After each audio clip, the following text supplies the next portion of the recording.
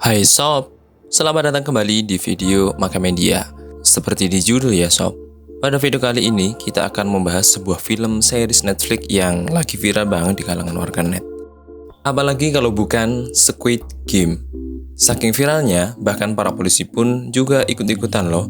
Mereka memasang boneka Squid Game di perempatan jalan seolah siapapun yang akan melanggar lalu lintas, mereka juga akan tereliminasi seperti pada game. Wah, ngeri juga ya. Jangan-jangan nanti di-down lagi sama Pak Polisi.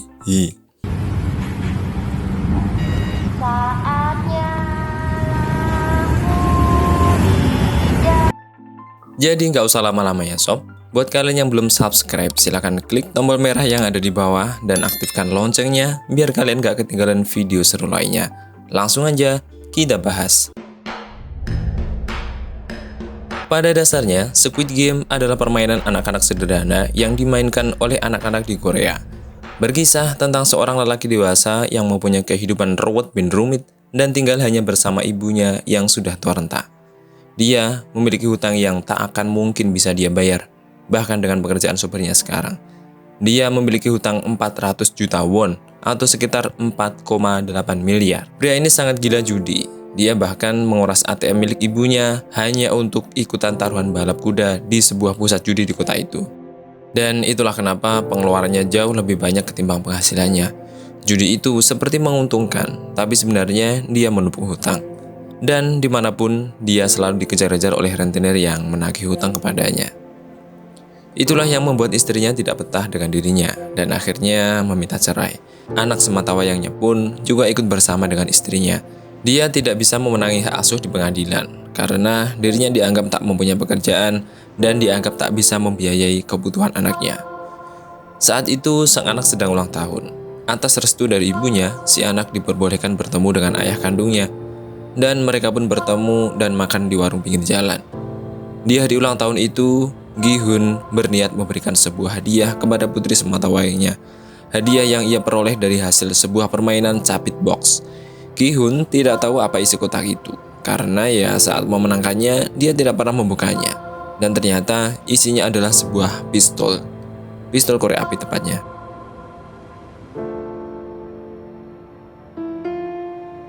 Gi-hun berjanji akan memberikan hadiah yang lebih besar dan lebih istimewa di hari ulang tahun berikutnya. Ya, lagi-lagi, mungkin dia hanya akan berjanji lagi. Pekerjaannya hanya supir cabutan, dan hutangnya masih bergunung-gunung, dan entah ia bisa membayarnya atau tidak. Dan hari ini, dia berjanji lagi pada putrinya, akan membawakan sesuatu yang lebih besar tahun depan. Dan kalian tahu kan, sesuatu yang besar itu pasti mahal, dan dia tidak punya untuk membeli hal itu. Setelah mengantarkan putrinya pulang, ia bergegas ke stasiun dan ingin pulang. Tapi sayang, dia terlambat dan ketinggalan kereta malam itu. Saat dia duduk sambil merenungi nasib dan hutang-hutangnya, datanglah seorang pria muda dengan setelan melipis duduk di sebelahnya. Kemudian, dia menawari sebuah permainan anak yang bernama Dakji. Kalian belum tahu kan? Oke, aku jelaskan singkat aturan mainnya. Dakji adalah kertas yang dilipat sedemikian rupa sehingga membentuk kotak persegi dengan dua sisi yang berbeda. Kamu akan membenturkan sekeras-kerasnya dakji milikmu kepada dakji lawan yang ada di lantai. Kamu dikatakan menang jika bantinganmu bisa membalikkan posisi dakji lawan dan berpindah sisi. Tapi jika kamu tidak bisa, maka kamu kalah dan lawanmu menang. Pria muda itu akan memberikan hadiah 100.000 won untuk Gi-hun setiap kali dia menang. Namun sebaliknya, Gi-hun harus memberi pria muda itu uang 100.000 won juga jika dia kalah. Tapi karena Gi-hun tidak punya uang, maka dia membayar dengan tamparan di pipinya. 1 kali kalah, 1 kali tamparan. Hari itu memang belum hari keberuntungannya. Gi-hun berulang kali kalah dan pipinya sudah mulai lebam akibat tamparan berulang kali. Dan akhirnya saat pipinya sudah sangat merah, Gi-hun mampu memenangkan permainan itu dan dia membawa pulang uang sekitar 300.000 won atau sekitar 3,5 juta rupiah dari hasil bermain dakji. Saat sebelum mereka berpisah, pria misterius itu menawarkan sebuah permainan yang lebih besar dengan hadiah yang sangat besar pula. Awalnya Gi-hun menolak karena itu pasti hanya omong kosong belaka. Kemudian pria itu mengatakan semua kenyataan tentang Gi-hun, tentang istrinya, anaknya, dan bahkan jumlah hutangnya pun pria itu tahu. Ternyata dia sudah menyelidiki riwayat kehidupan Gi-hun selama ini. Pria itu meninggalkan kartu nama kemudian pergi. Sebelum sampai rumah, Gi-hun mampir di toko ikan milik nenek Pai-jem. Anaknya nenek itu dulu adalah teman Gi-hun, tapi sekarang dia sudah sukses dan sedang menjalankan bisnis di luar negeri. Sesampainya di rumah, saat makan malam, ibu Gi-hun bilang bahwa putrinya bersama ibunya dan suami barunya akan pindah ke Amerika. Jika itu terjadi, maka si nenek tidak akan pernah lagi bertemu dengan cucunya, dan Gi-hun akan kehilangan sang putri untuk waktu yang cukup lama. Ibu Gi-hun memintanya untuk memenangkan hak asuh lagi, agar putrinya tetap di sini dan tinggal bersama mereka. Kata tetangganya yang pintar hukum, Gi-hun harus menunjukkan kepada pengadilan bahwa dirinya mampu dan sanggup secara finansial untuk mengurus dan mencukupi semua kebutuhan anaknya. Maka pengadilan akan memberikan hak asuh kepada seorang ayah. Tapi dengan kondisi Gi-hun yang sekarang, mustahil pengadilan akan percaya bahwa Gi-hun sanggup membiayai kehidupan putrinya. Dia kemudian semakin gelisah. Saat berbaring, dia teringat pemuda di stasiun. Dia berpikir bahwa jika dirinya mampu memenangkan permainan itu, dia akan memiliki banyak uang dan dia bisa membuktikan kepada pengadilan bahwa dirinya layak untuk mengasuh anaknya. Toh, permainan itu hanya permainan anak-anak, apa susahnya? Malam itu juga, Ji-hun dijemput untuk bermain. Sebuah mobil pick-up berhenti di depannya. Sopirnya mengenakan jaket dan penutup kepala dan semuanya berwarna merah. Saat memasuki mobil, Gi-hun dibius dan tidak sadarkan diri bersamaan dengan orang-orang lainnya di dalam mobil itu. Saat terbangun, dia dan ratusan orang lainnya berada pada sebuah tempat seperti asrama.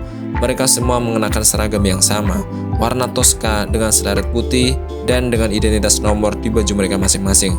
456, itulah nomor Gi-hun. Ternyata Gi-hun adalah peserta dengan nomor terakhir, dan nomor satunya adalah seorang kakek-kakek yang sudah berambut putih dan kelihatannya dia sudah sangat tua. Semua orang tidak tahu sedang berada di mana.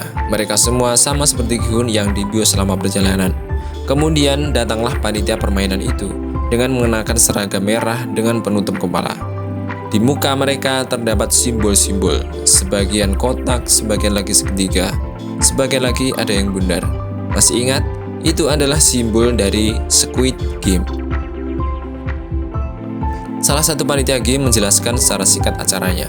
Para peserta akan bermain 6 permainan selama 6 hari. Dan yang bertahan akan memenangkan permainan ini dan membawa hadiahnya yang sangat besar. Kabarnya sih menyentuh angka 500 miliar won atau sekitar 6 triliun rupiah. Wow, besar banget.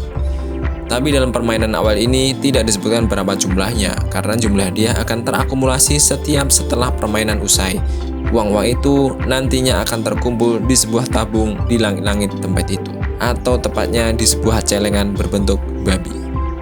Kemudian para peserta menandatangani sebuah kontrak perjanjian permainan, di mana salah satu isinya adalah permainan dapat dihentikan jika mayoritas peserta setuju untuk berhenti, maka mereka akan dipulangkan ke rumah masing-masing. Tapi nampaknya semua peserta setuju untuk tetap tinggal di sini dan mengikuti permainannya. Karena kalau mereka pulang, mereka justru akan dikejar-kejar lagi oleh rentenir yang akan menagih hutang tak terbayarkan mereka. Dan permainan pertama pun dimulai.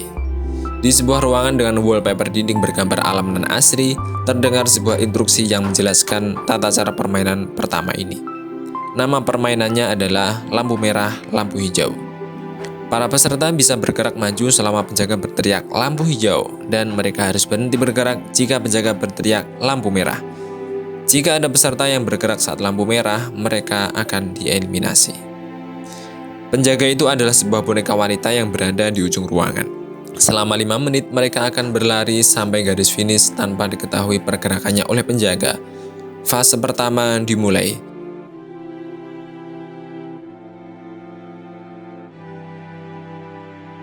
Seorang peserta berambut pirang berlari duluan. Tapi saat penjaga berbalik, si pirang itu terlihat bergerak. Seperti peraturannya, maka si pirang tereliminasi. Namun siapa sangka, eliminasi yang dimaksud adalah ditembak dan dibunuh. Sontak membuat semua peserta panik dan berlarian. Penjaga tak lagi pandang bulu. Jika ada pergerakan selama penjaga belum berteriak lampu hijau, maka semua dieliminasi. Sejak saat itu, permainan mulai mencekam. Nyawa mereka akan dipertaruhkan untuk bermain permainan anak kecil. Setelah semua yang bergerak tereliminasi, tinggallah peserta yang masih berdiam diri meskipun mereka gugup setengah mati. Mereka menjadi takut bergerak. Sampai seorang kakek-kakek memulai pergerakannya dan berhenti bergerak saat penjaga bilang lampu merah. Giun yang tertindih seseorang pun kini bangkit dan berusaha melewati permainan itu dengan selamat. Ia ingat dia harus menang agar hak asuh anaknya jatuh ke tangannya. Dia tidak boleh mati.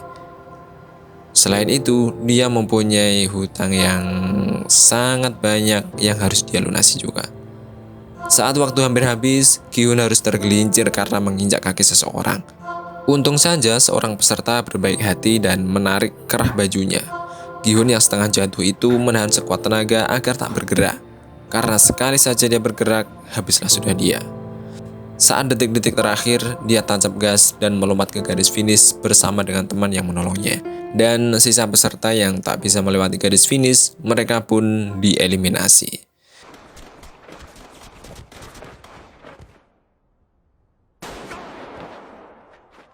Dan permainan pertama pun selesai.